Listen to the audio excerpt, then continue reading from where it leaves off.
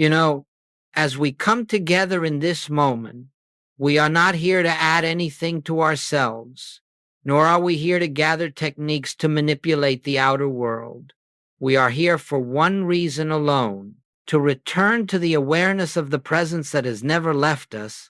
All the fear, all the panic, all the anxiety you have known in your human experience, these have arisen only because attention drifted outward to appearances and away from the kingdom within. And so the problems of the so-called world seem to take on a power they do not possess. If you understand this first principle, you understand the foundation of all spiritual living. Nothing external has power. Power is not in circumstances, not in bills, not in conditions, not in the body, not in the mind. All power is spiritual. All power is in God. But to know this as more than words, there must be a turning, an inner recognition of the presence that is closer than breathing, and yet unnoticed when we rush to solve, to fix, to fear in this hour. We are not here to struggle with effects. We are here to awaken to cause. And cause is always, eternally, your consciousness of God, not a God afar off, not a God who must be persuaded to act, but the living presence at the center of your being. Every discord, every fear, every sense of lack has its root in the belief that you stand apart from that presence. Every harmony, every healing, every supply that has ever appeared in your life has come through some measure of awareness of your oneness with it.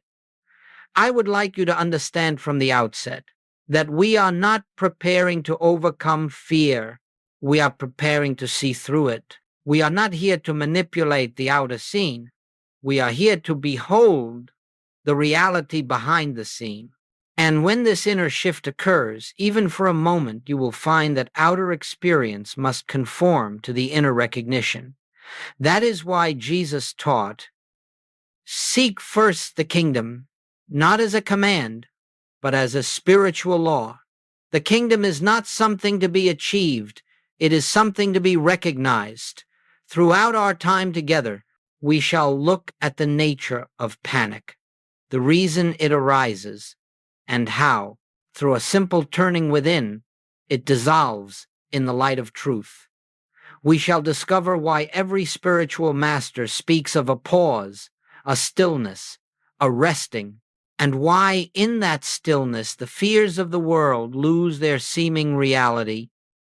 And most importantly, we shall learn together how to bring this recognition not only into meditation, but into the very moments when the world shouts its loudest, when a bill appears, when bad news arrives, when anxiety grips the chest. It is precisely there that you will discover the kingdom is not hidden. It is present. It is accessible. And so let us begin not by searching outwardly, but by acknowledging that the presence is here, right where you are, right now. And in that quiet acknowledgement, you are already seeking first. Now, let us look with honesty and with gentleness at this matter of panic, because it touches every human life in one form or another. And yet, if we understand its nature spiritually, we discover something quite surprising. Panic has no truth in it. Panic is not an experience ordained by God. It is the natural consequence of believing that power rests in the outer world. It appears the moment we forget the source and begin to react to appearances as though they were cause. Every fear, every anxious tightening begins with a single assumption: I am separate from my supply. I am separate from my health. I am separate from safety, harmony, and peace. The moment this belief takes hold, we begin seeking in the world of effect, seeking solutions, seeking protection, seeking reassurance. But this seeking is not seeking first. It is seeking second. And seeking second is the spiritual root of panic. When the bill arrives unexpectedly, you will notice how swiftly the mind declares, "I do not have enough." That is seeking second. When the doctor speaks of symptoms, the mind races to outcomes. That is seeking second. When relationships fracture, the mind searches for explanations, defenses, strategies. Again, seeking second. All of this movement is the mind turning outward, assigning power and intelligence to the world of form, forgetting that form is never cause, it is only effect. As long as we believe that something external has the authority to harm us or to limit us, fear will inevitably arise. And yet, there is a deeper truth. Panic never arises because of the appearance itself. Panic arises because the mind has stepped outside its own center. It has lost sight of the presence. It has begun to live in the realm of shadows rather than in the light of reality. A bill cannot create fear. Ink and paper have no law. The body cannot create fear. It is a form through which life expresses. Words spoken by another cannot create fear. They are vibrations of air, nothing more. Fear arises only because consciousness assigns power to that which has none. This is why every spiritual teaching begins with humility, not as a moral quality, but as a recognition that the human mind, left to itself, sees falsely. The human mind sees through the lens of separation. It sees a world of many powers, many causes, many dangers, and from that false vision, it draws false conclusions. When you begin to understand this, you will see that panic is not your enemy. It is simply the mind announcing, "I have lost awareness of truth," and at that moment, you do not battle panic, nor do you try to affirm it away. You do not run to human solutions, nor do you condemn yourself for feeling afraid. Instead, you quietly acknowledge what has taken place. The mind has begun to seek second. That acknowledgement alone is the first step in awakening. For in recognizing the source of panic, you begin to withdraw belief from appearances, you begin to reclaim your center, and in that silent turning, you are already shifting from fear to recognition, from the outer world to the kingdom within. The presence of panic is not a sign of failure. It is a sign that the opportunity for remembrance is present. It is the doorway back to seeking first. Every fear is a call to come home. Every anxious moment is an invitation to rediscover the presence that never leaves you, though you may lose sight of it in the noise of the world. And so, let us not fear panic. Let us understand it.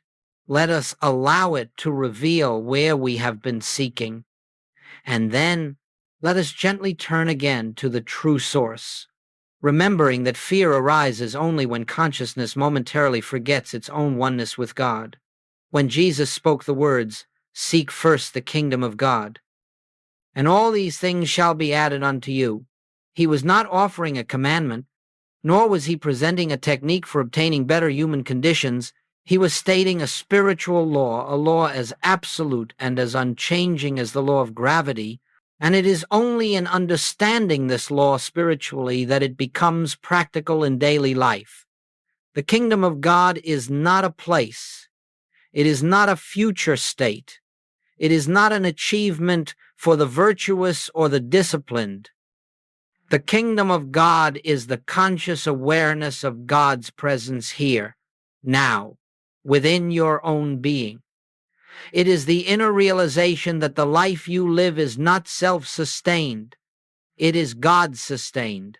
It is the recognition that you do not stand apart from your source, but that your very being is the expression of that source. To seek first the kingdom is simply to remember this truth before turning to the world of appearances. It does not mean spending hours in meditation, nor does it mean withdrawing from human responsibilities. It means that before you look to effects, you acknowledge cause. Before you look to the body, you acknowledge life. Before you look to finances, you acknowledge supply. Before you look to human relationships, you acknowledge love. But notice something very important. Jesus did not say, seek the kingdom so that all these things may be added. He said, seek first the kingdom, and then all these things are added. He was revealing that the outer forms of life are not the result of effort, struggle, or human planning. They are the natural expression of consciousness when it is aligned with truth. When you seek the kingdom first, you are aligning with reality. You are resting in the awareness that all you ever desire, peace, supply, health, harmony, is already established in God, and therefore already present in the infinite spiritual reality that is your true life. When you forget this, you begin seeking second. You look to the outer world for peace, for assurance, for answers. And the outer world, having no power of its own, cannot supply what only inner recognition can reveal. This is why Jesus taught, take no thought for your life. He was not advising irresponsibility. He was teaching a shift of consciousness. He was pointing to a state of awareness in which the mind no longer attempts to secure itself through external means, but rests in the presence that is the very substance of life. The human mind always seeks second. It looks outward first, tries to solve, tries to prevent, tries to control. Spiritual consciousness seeks first. It turns inward before taking a step outward. It rests in God before addressing appearance. It abides in the presence before forming a plan. This is not a mystical ideal. It is the most practical way to live, because harmony can only be experienced when consciousness is aligned with its source. When Jesus said, "The kingdom of God is within you," he was revealing that you do not have to go anywhere to find God. You do not have to request what already is. You do not have to persuade what has already given itself as your being. You have only to recognize. Recognition is the true seeking, seeking that begins and ends within. And so, when we speak of seeking first the kingdom, we are speaking of a shift from fear to recognition, from outer dependence to inner awareness, from the world of effect to the realm of cause. This shift is not dramatic. It is not emotional. It is quiet, gentle, and certain. It is the simple turning of consciousness toward its own source. As this becomes clear, you will discover that the words of Jesus were not distant spiritual poetry, but practical instruction for daily living. He was showing humanity how to meet every appearance, from the smallest irritation to the greatest crisis, not with fear, but with the calm assurance that God is the only presence and the only power. And when this assurance dawns, even faintly, the outer world begins to take care of itself, not because you have forced it, but because you have aligned with the kingdom that has always been the foundation of your life. Once we understand that all panic arises from seeking second, we can begin to see why the very first step in any spiritual response, whether the circumstance is small or great, is the pause. This pause is not a technique. It is not a breathing exercise. It is not a moment of forced calm. It is the conscious refusal to grant power to appearances. and the conscious return to the awareness of the presence within. You see, when an alarming situation arises, the human mind immediately leaps outward. It races to conclusions, to judgments, to imagined outcomes. It begins forming strategies, defenses, and explanations. This is the automatic habit of a mind that believes in a world of many powers. And in that instant, separation is felt, fear is born, but the pause interrupts this automatic movement. The pause says, no, I will not react. I will not allow the appearance to dictate the state of my consciousness. I will turn within. And in that turning, the power that you unconsciously assign to the appearance is withdrawn. The appearance is disarmed not by force, but by the simple recognition that it has no power of its own. A bill arrives. The old habit would be, what shall I do? How will I pay? What will happen? But in the pause, you do not follow that impulse. You turn within. Father, here I am. Let the truth reveal itself. A physical symptom appears. The old habit would be, what if? What next? What does this mean? But in the pause, you step out of the mental storm. Life is God. God is here.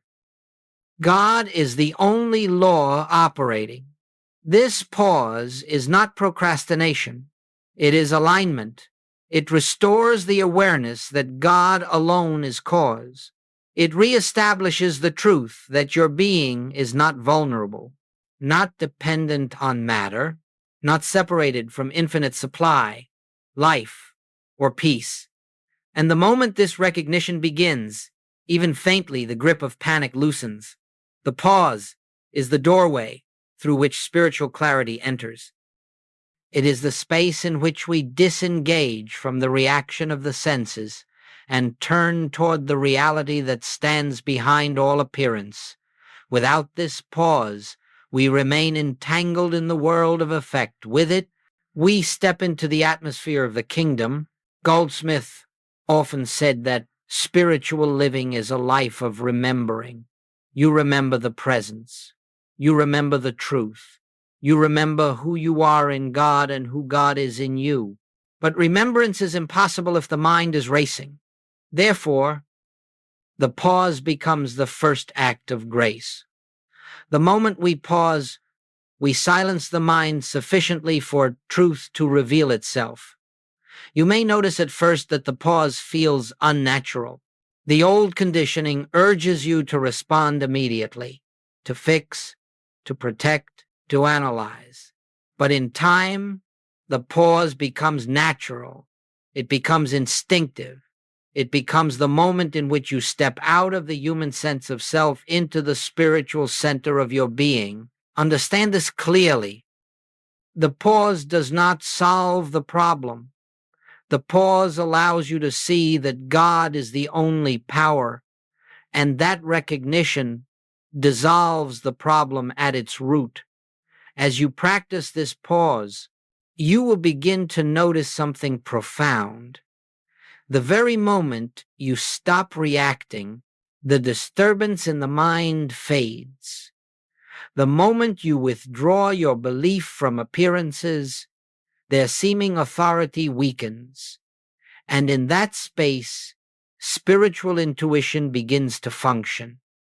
Answers arise, peace returns, guidance reveals itself, not because you forced it, not because you thought your way through it, but because in the pause, you opened the way for the kingdom to reveal what has always been true. Thus, the pause is the first movement of seeking first. It is the act of turning from the world of effect toward the source itself. It is the way we step out of fear and back into the atmosphere of truth.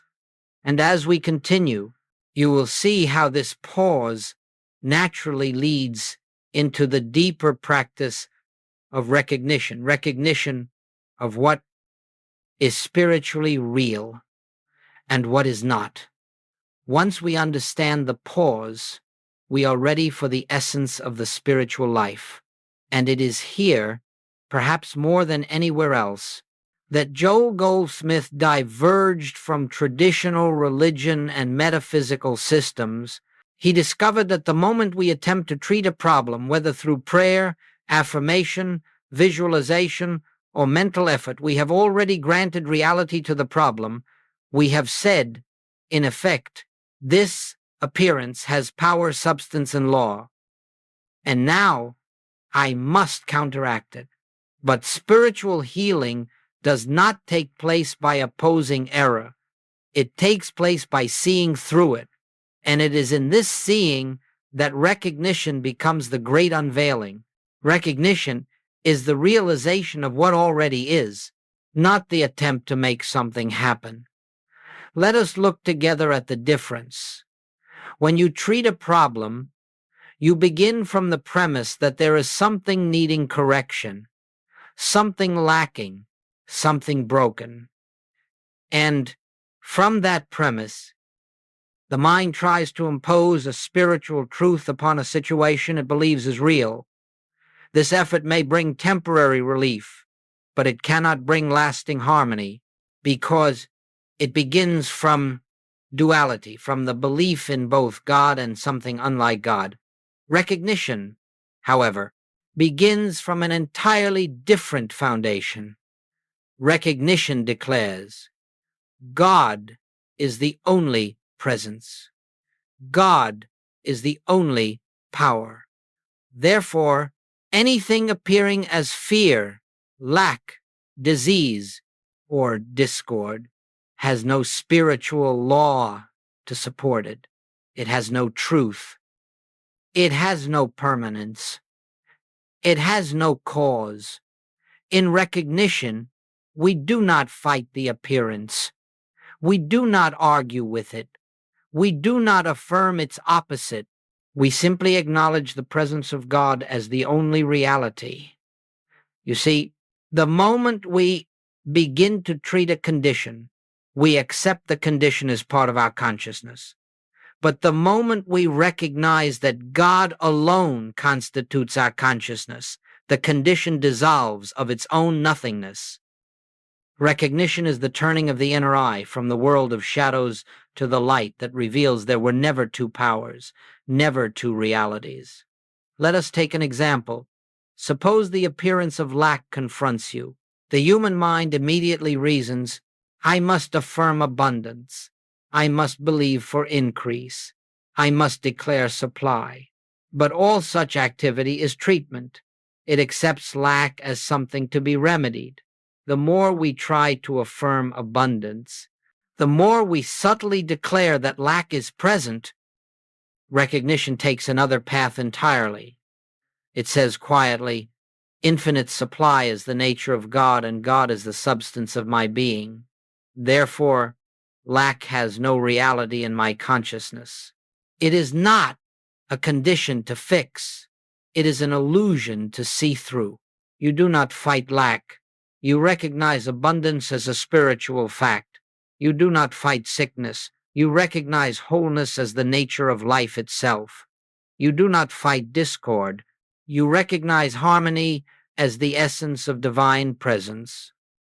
When you recognize, you stop trying to create spiritual good and realize that spiritual good is already established.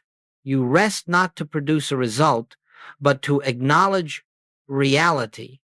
And in that resting, the fear dissolves, the mind becomes still, and spiritual law reveals itself as outer harmony. The secret lies here. Recognition never begins with the problem.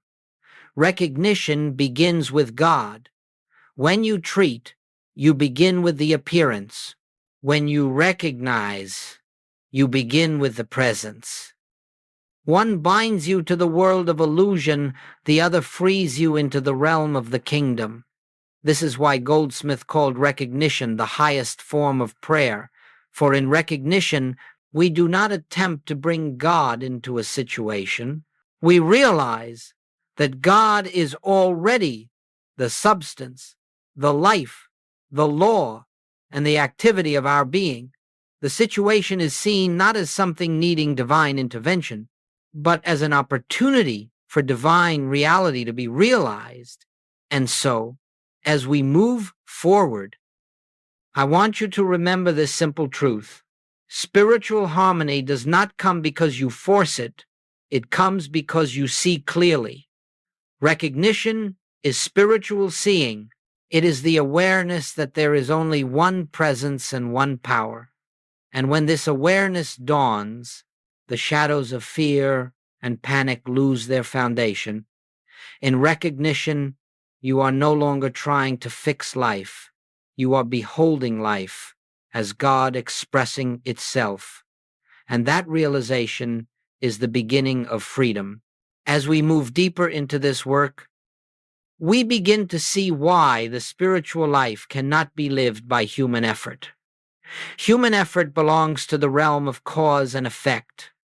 The belief that outcomes depend upon personal strength, personal wisdom, personal planning. But in the spiritual life, we discover that all genuine harmony flows not from effort, but from grace.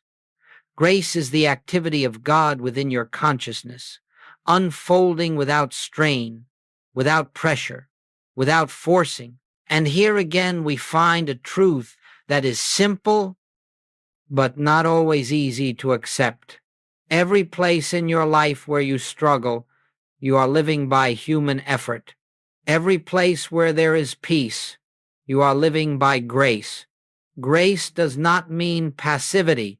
It does not mean we sit idle, waiting for life to arrange itself.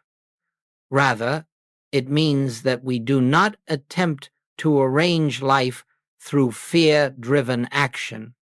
We act, but our action flows from inner guidance, not from panic.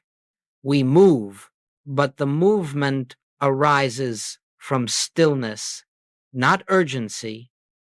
Grace becomes the invisible order behind every visible step you take.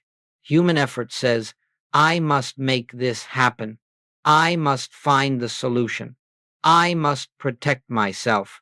I must secure my future. Grace whispers, God is the activity of your being. God is the intelligence that goes before you. God is the supply, the health, the harmony, the order. Rest and let the infinite reveal itself. In the life of the human, every need becomes a burden. But in the life lived by grace, every need becomes an opportunity for the presence to reveal another facet of its harmony. You do not fear needs. You welcome them as occasions for recognition. You do not dread change. You understand that grace always expresses as exactly what is needed, in exactly the way it is needed, at exactly the right time. You will notice that when you are living by human effort, your actions are anxious, hurried, or pressured. They come from a sense of incompleteness. They come from the belief that something is missing in you or in your world. But grace moves differently. Grace moves quietly. Grace never strains. Grace never rushes. Grace operates from fullness, not lack. Goldsmith often reminded his students, God performs, God reveals, God sustains. When you understand this, you no longer try to direct the infinite. You no longer attempt to persuade God to do what the infinite is already doing. You no longer attempt to improve the perfect or to repair the eternal. Instead, you surrender the belief that your human will holds the key to harmony. And in that surrender, you find rest. Rest is the atmosphere of grace. Rest is the recognition that nothing essential can be taken from you and nothing real can be withheld from you. Rest is the knowing that your life is lived by God, not by the limited sense of self. Let us look again at the practical side of this. When a financial need arises, the human mind immediately begins calculating, planning, worrying, but living by grace means you first turn within and acknowledge supply is spiritual. It is infinite. It is God expressing as my experience. In that recognition, ideas come, guidance appears, opportunities unfold, and even if none of these appear immediately, the fear dissolves, and when fear dissolves, the way is clear for grace to act. When a physical appearance arises, the human mind begins its search for causes and remedies. But grace reveals that life is God and God is indivisible. You do not have to force healing. You rest in the recognition that wholeness is the nature of your being. And from that rest, harmony manifests not as a result of struggle, but as the natural activity of divine presence. When discord appears in relationships, the human mind seeks control, justification, or defense. But grace reveals that love is the only reality, and love is always present. When you rest in that truth, the discord loses its force. You find yourself speaking words you could not have planned, taking actions you could not have invented.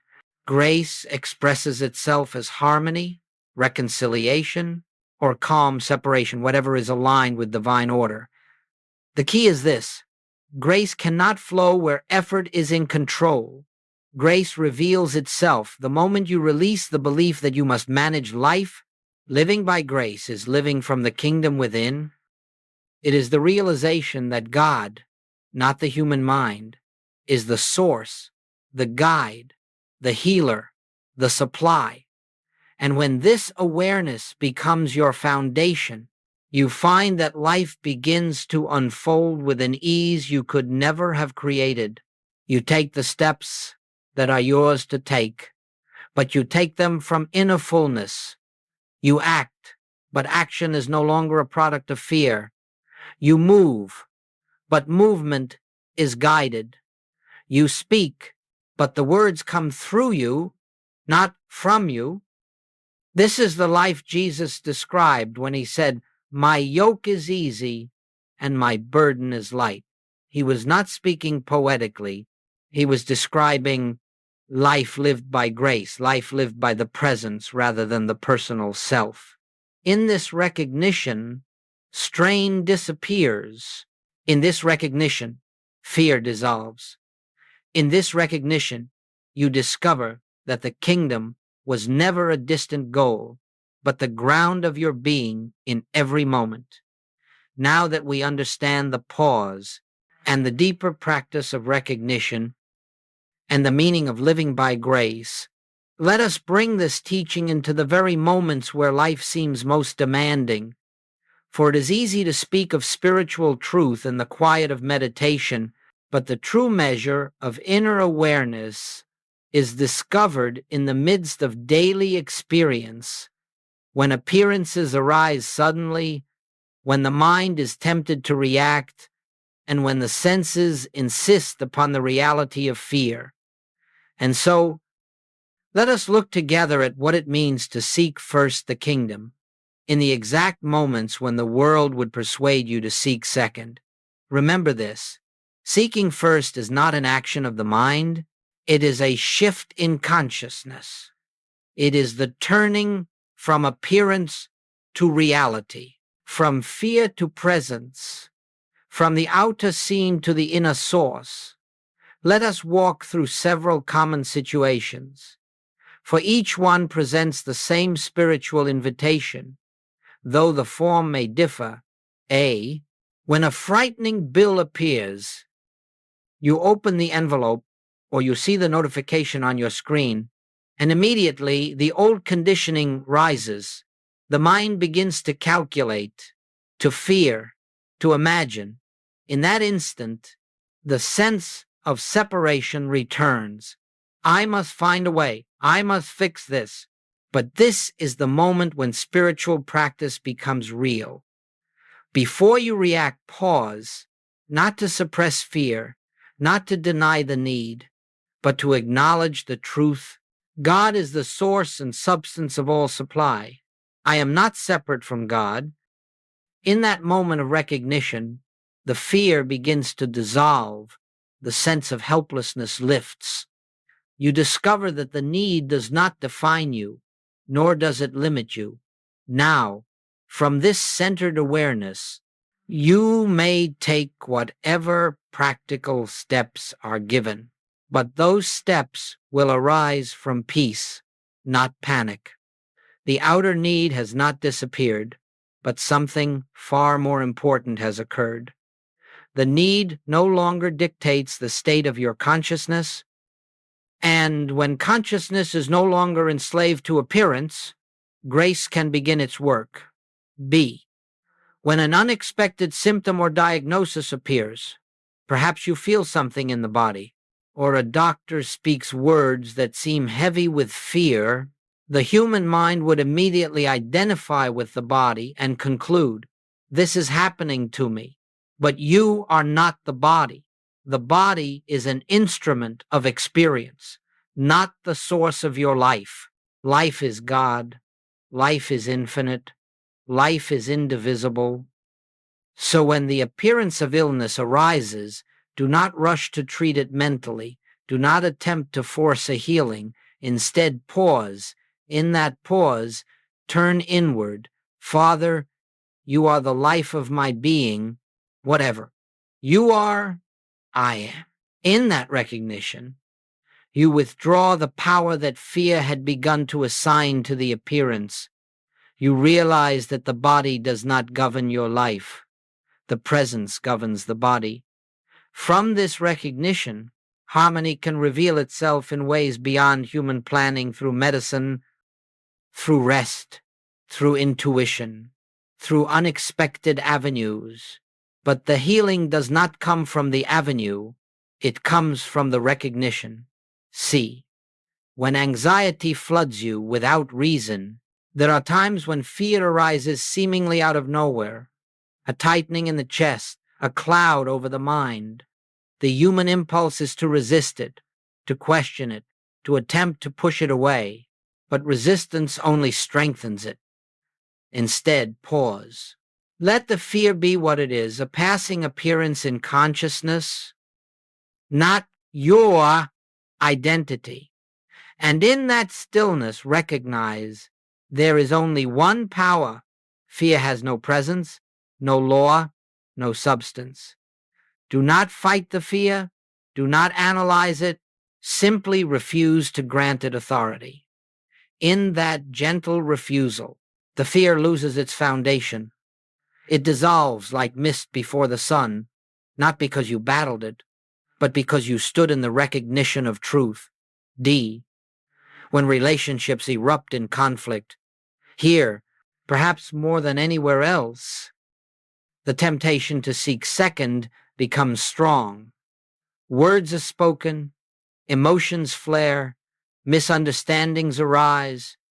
The mind wishes to defend, to explain, to protect itself. But in that very moment, if you can remain awake, you will see that conflict is nothing more than the appearance of two personalities forgetting the one. Presence. Before speaking, pause. Recognize.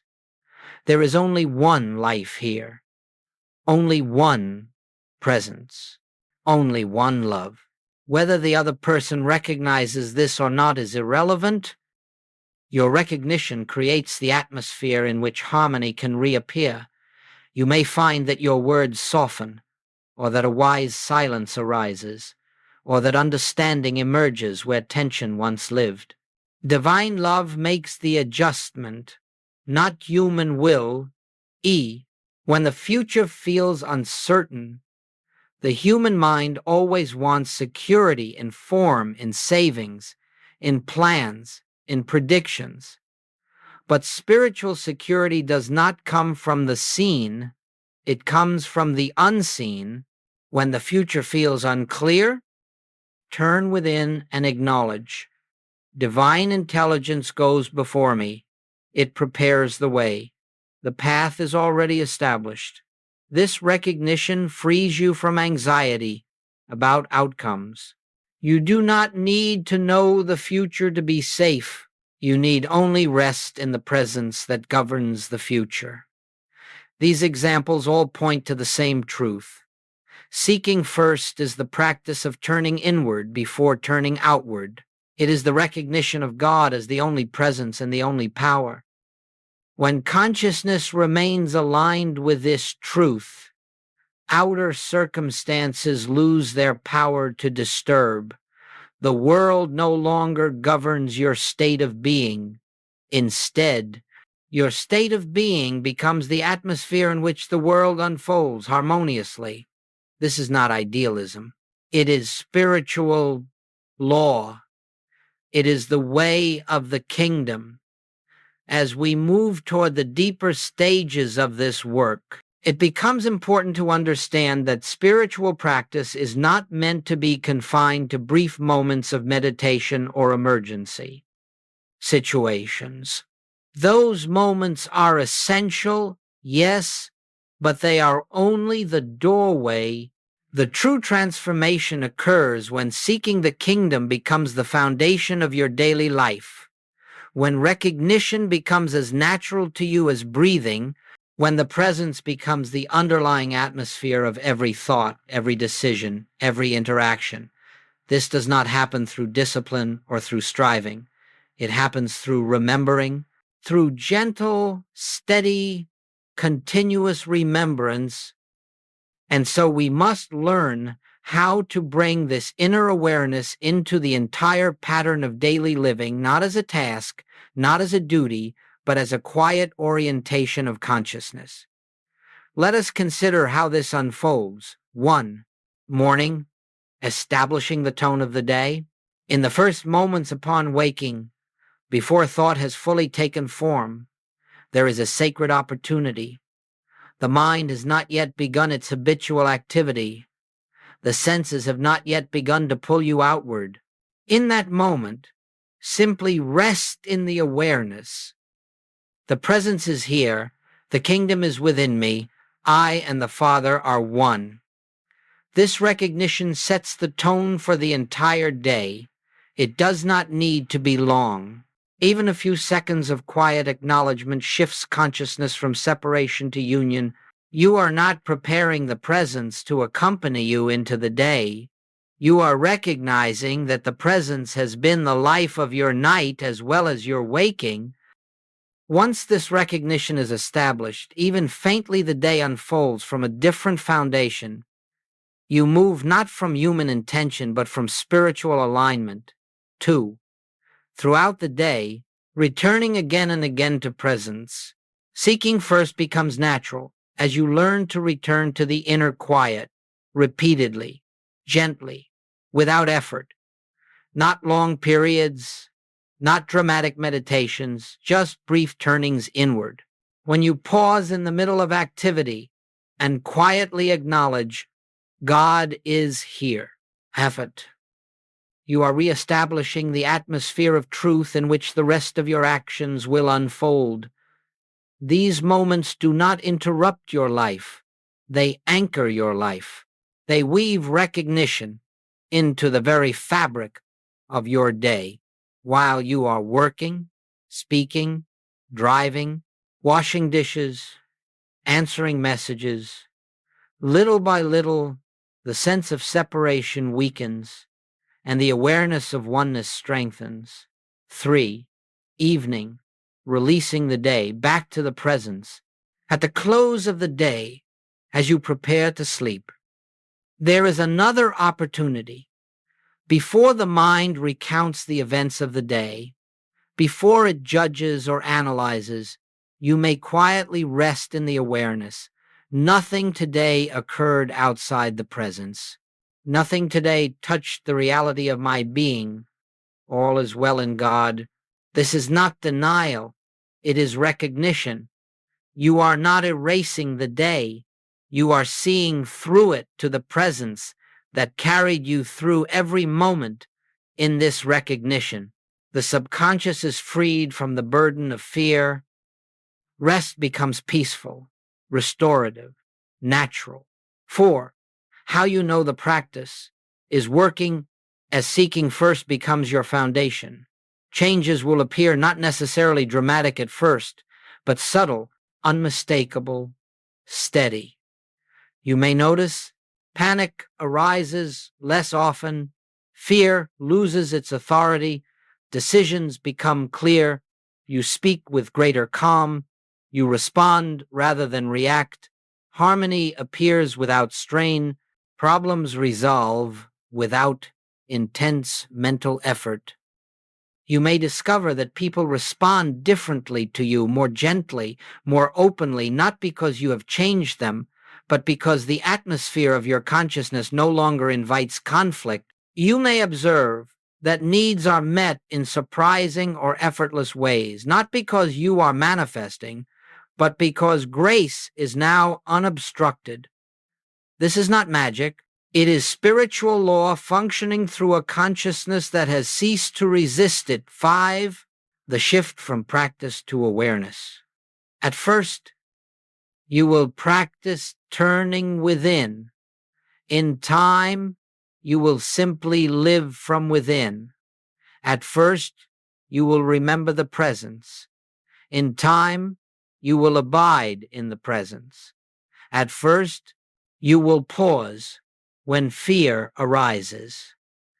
In time, fear will rarely arise. At first, you will consciously seek the kingdom. In time, you will discover that the kingdom was seeking you all along. This is the natural progression of the spiritual life. Practice gives way to embodiment. Effort gives way to ease. Seeking gives way to knowing. 6. What integration truly means. Integration does not mean that you retire from the world. It does not mean that you withdraw from responsibilities or refuse to act. Integration means that you live your outer life from an inner center. It means that you no longer depend on circumstances for peace, nor on people for love, nor on the body for life, nor on the world for security.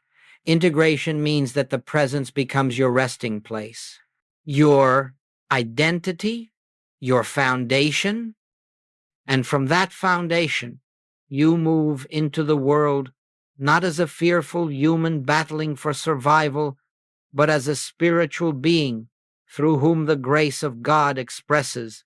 This is the meaning of seeking first. It is the meaning of awakening. It is the meaning of the kingdom. As we come to the close of this teaching, let us rest together for a moment in the quiet awareness that all we have spoken of is not something to be attained in the future. It is not a spiritual condition you must earn. It is not a higher state you must climb into. The kingdom of God is not an achievement. It is the present reality of your being. Everything you seek is already within you. Everything you fear losing cannot touch the life that animates you. Everything that appears as need, conflict, or limitation is but a shadow compared to the light of the presence that dwells at the center of your consciousness. Let us recognize this now, not with effort, not with strain, but with a simple willingness to be still. Be still and know what? Know that I, this divine presence, this infinite life, this silent reality is God, not a God out in the heavens, not a God afar off, not a God responding to your pleas, but God is the living essence of your being. God is the consciousness you are aware of in this moment. God is the life that breathes you, moves you, sustains you. Right now, let your thought rest upon this truth. There is only one presence. There is only one power. There is only one life. And that life is expressing itself as you. All fear dissolves in this recognition, because fear requires belief in something other than God. All lack dissolves in this recognition, because supply is the nature of God consciousness. All discord dissolves in this recognition because love is the structure of reality. As you rest in this awareness, notice that nothing is being done. You are not trying to become spiritual. You are not trying to think correctly. You are not trying to solve anything. You are simply recognizing what is already true. This recognition, quiet, gentle, effortless, is the beginning and the end of the spiritual path. It is the meaning of seek first the kingdom. Not that you must go find it, but that you turn away from the false belief in an external power and return again and again to the presence that has never left you. You need not perfect this practice. You need only remember it. And if you forget it 1,000 times, return 1,000 times. Each return strengthens the awareness of oneness. Each return weakens the illusion of separation.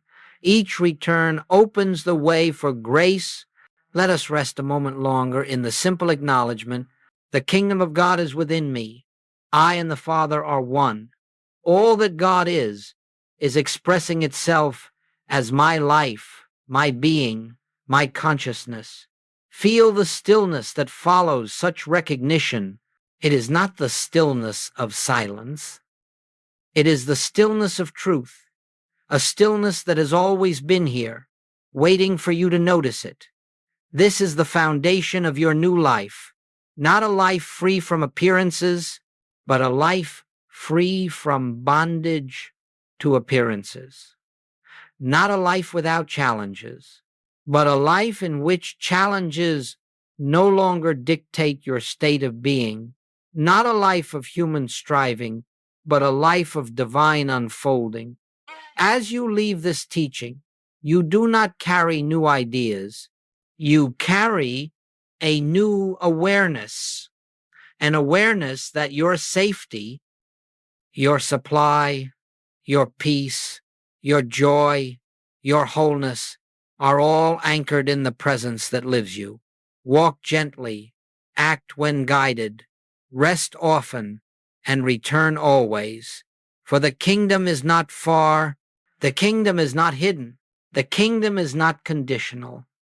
The kingdom is the very essence of your being now, here, forever. And as you recognize this, even faintly, even imperfectly, the grace of God begins to reveal itself as your life. All is well. All has always been well. And all will continue to unfold from the fullness of the presence within.